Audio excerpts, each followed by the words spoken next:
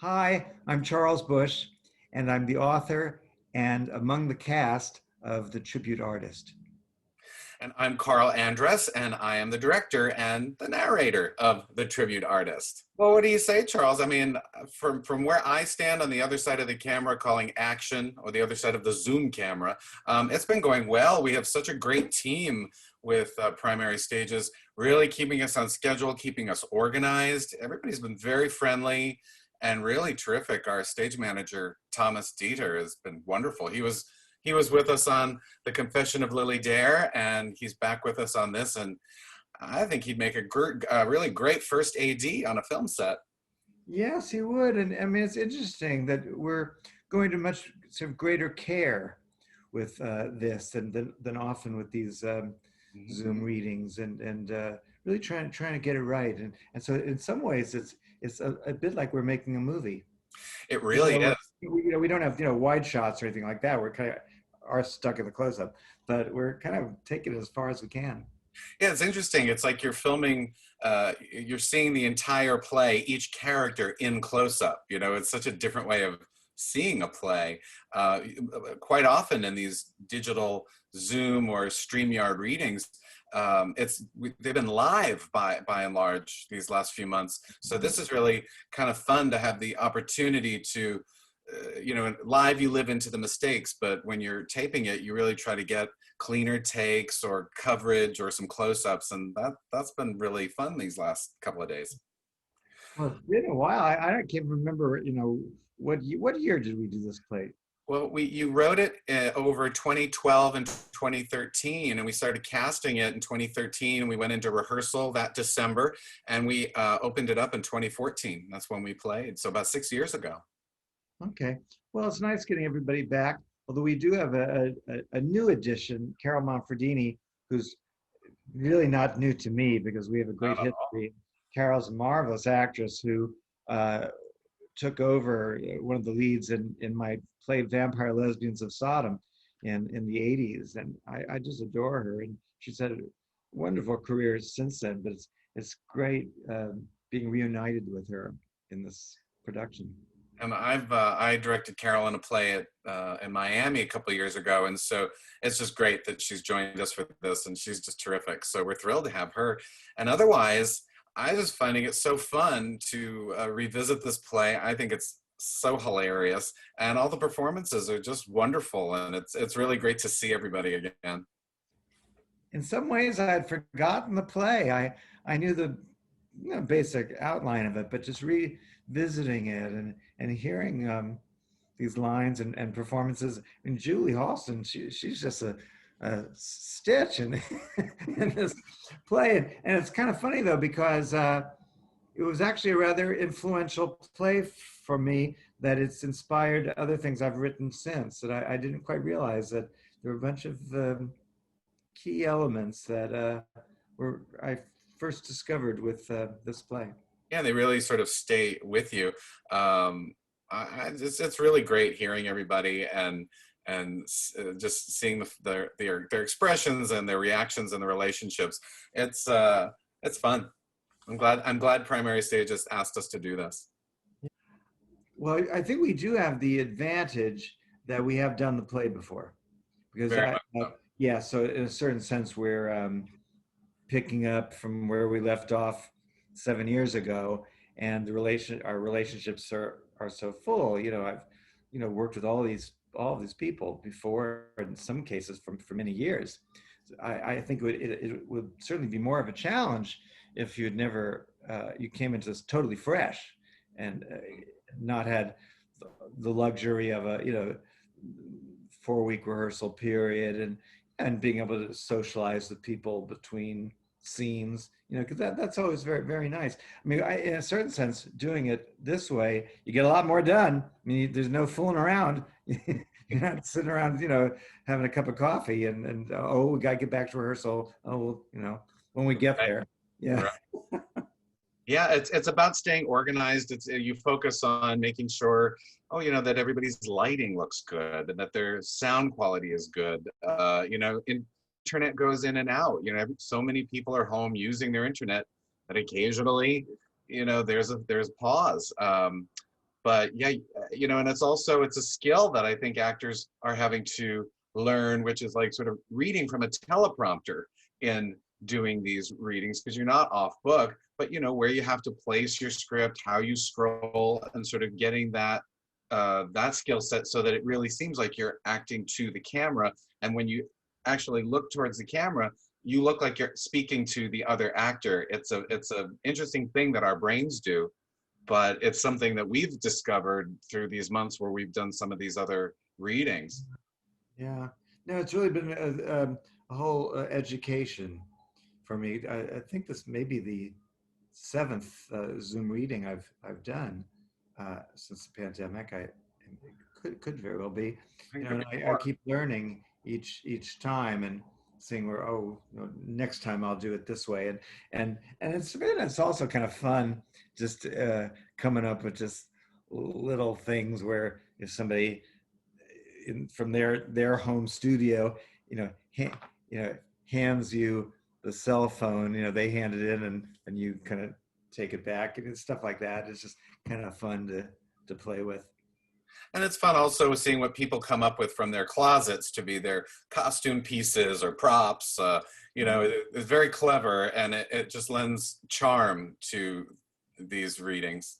Yeah, I used to the first I don't know, was it the first three? I didn't do any kind of costume, and so often I almost always I'm playing a female character, and in this play it's a little different because in this case I'm actually playing a female impersonator, a professional female impersonator, but he's always in costume for the whole in the play. Yeah. Play. But the first couple readings we did, even though I was playing a female character, I didn't make any attempt at being in costume. Just read it as we've done, or as the cast would know me in rehearsal room, because I don't get made up for rehearsal. But the last couple ones I did do in full costume, and it kind of helps the audience. I think it's a little more fun.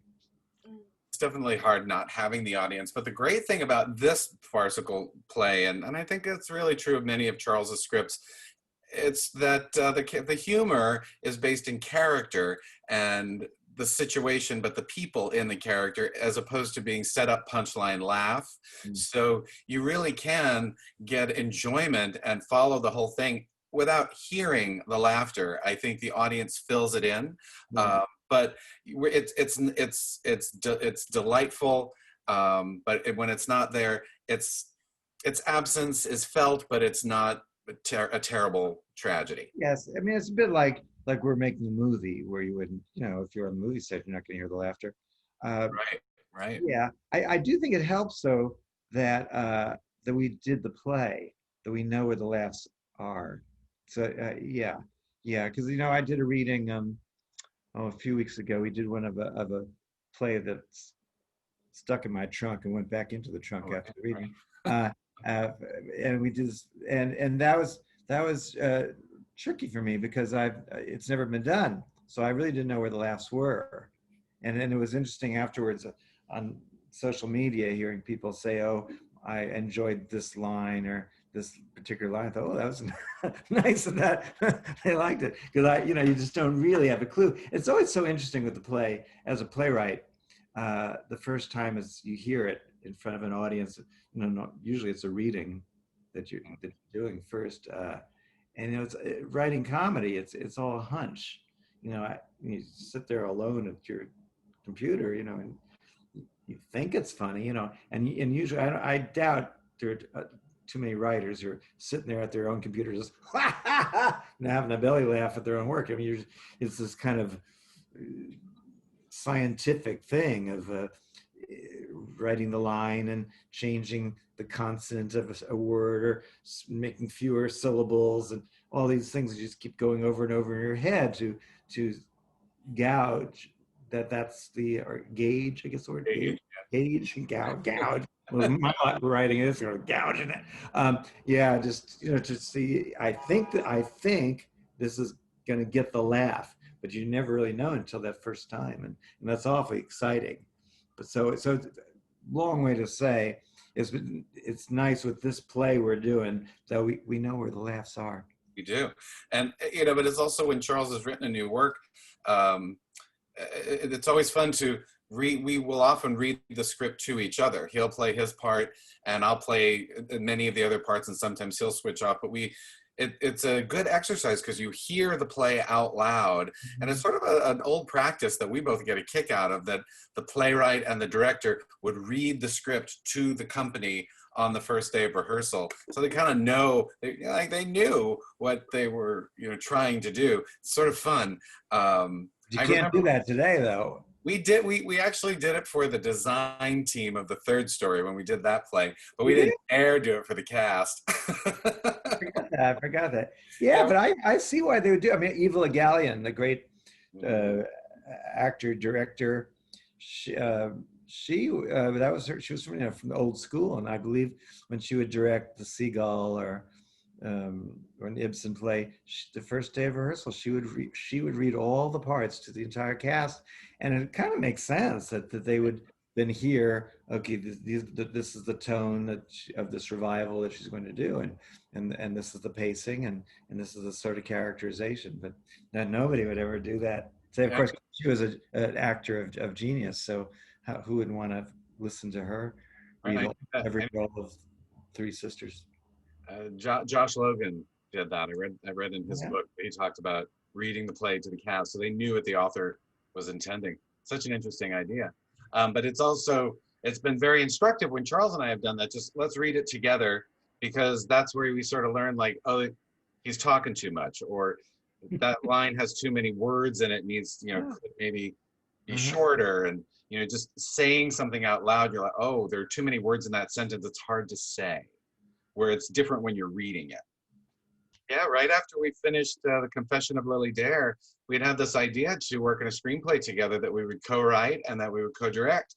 And so right after we closed, we started sort of discussing the story through Skype. We were on Skype, and we would just have writing sessions for several weeks. And finally, we ended up with a screenplay, and we're going into production next month. It's really, really wild. Yes, and the movie, it's called at the moment, it's called The Sixth Reel, and in some ways, it is influenced by the tribute artist. My character actually has the same character name, Jimmy Nichols, although he's not the same person, but a similar kind of person. And Julie Halston is playing opposite me in the film, and continues this comic relationship that we've been doing for about 35 years now. Mm-hmm. It's taken a lot of time. We had one day in July where we had 9 Zoom interviews with various people. We started at 9 o'clock in the morning, and we went till 6 o'clock, and they were each like 45 minutes to an hour. It was like, we had a week of that. It was really, really tiring. to staff the movie, and, right. Yeah, but it was interesting. There's something I think the Zoom job interview, I think is a real good thing, and I think it's going to stick around too. And I think if I was looking for a job, I think I would prefer doing it this way, instead of schlepping on a subway for an hour to get to some place, and then sitting in the waiting room nervous, and then by the time you see the potential employer, you're kind of rattled. So this is kind of nice, I think, to be in your own home. And well, it also gave us the opportunity to talk to people who are in various parts of the country, who at that moment in time. So it's just when you do them back to back, it's as tiring as anything else you do back to back for many hours. Yeah, I think it's good.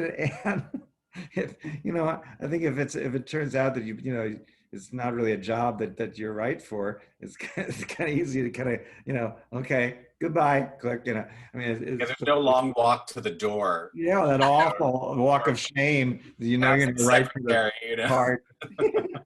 I guess I'll go now. Yeah. You got my number? Yeah.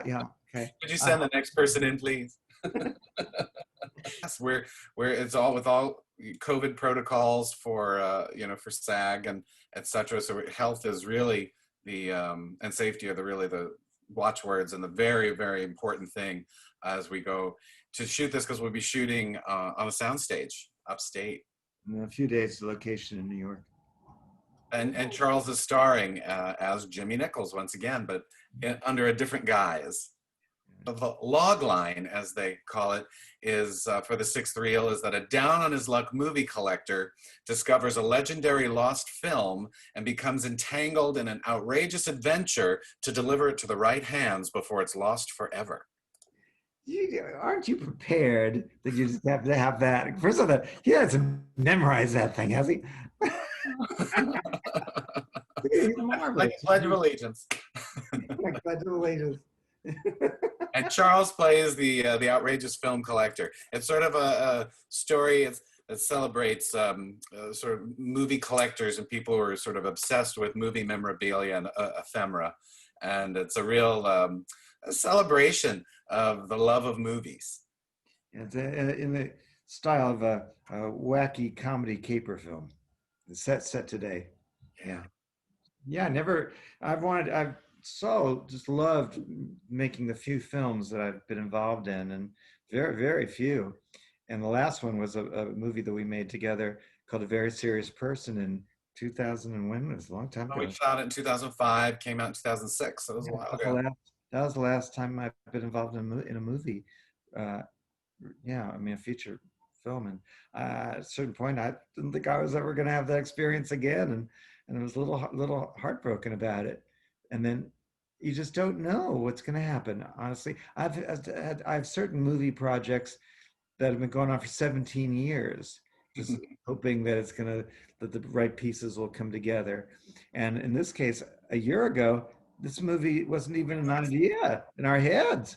It's all happened so quickly, and the financing came together, and I mean, really, it's just this sort of thing never ever happens.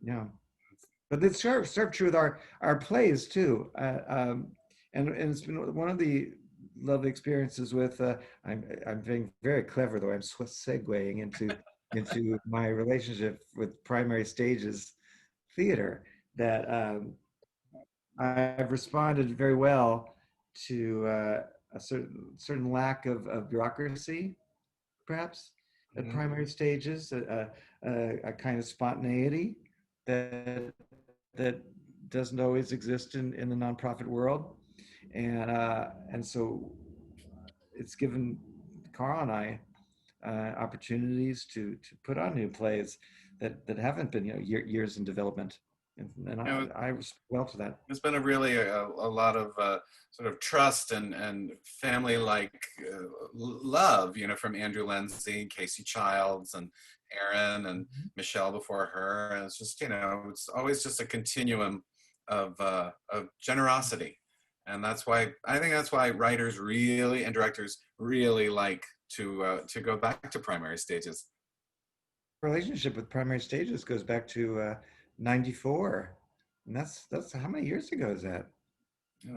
Enough. Long time. Yeah, yeah. And it was a play called "You Should Be So Lucky." Yeah, that we did it. Oh God, That was on 45th Street, right? 45th Street. Yeah, yeah. That started my relationship with Casey at that time, and we've done a lot of plays over the years. I think it's lovely that Primary Stages is returning to 59 East 59th. It seems like that's home. My husband and I are at our place in Kent, Connecticut, and we've been up here, and we very grateful for being here. And I miss my friends in New York, but fortunately through technology we get to stay connected. So that's something I'm really grateful for, and I'm hoping that we can all be together again really soon, and back in a real theater and in a real rehearsal studio. Yeah, yeah. No, I'm here in my apartment in the Bohemian Quarter of the West Village in Manhattan, and I don't know. In some ways, my life isn't that different, really. I'm a writer. I've always worked at home. That's what we do, and and I've been fortunately very busy, because I know what's so difficult for people is when they're out of work and isolated in their homes, and how terrifying that is and difficult. So I'm very fortunate that first of all I'm a writer, so I'm used to the solitude, uh, and I've been busy, and I must say you know all these Zoom readings have also kept They me keep quite us. busy in a way, maybe busier than I had been before. And Yeah, what you do is you sort of it sort of cuts down on the commute. I think anybody who's busy these days is finding like you actually work more when you're at home and at a computer than if you go into an office. You know, yeah. there's there's something to be said for that travel time.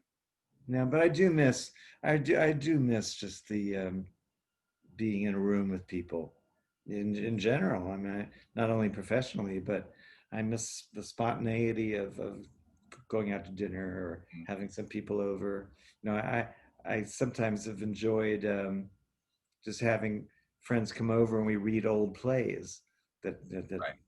that we just want to hear. You know, play from the 20s or the 30s, and that was really fun. And I miss that and look forward to the day that we can do that again. Yeah, absolutely. I concur. Yeah.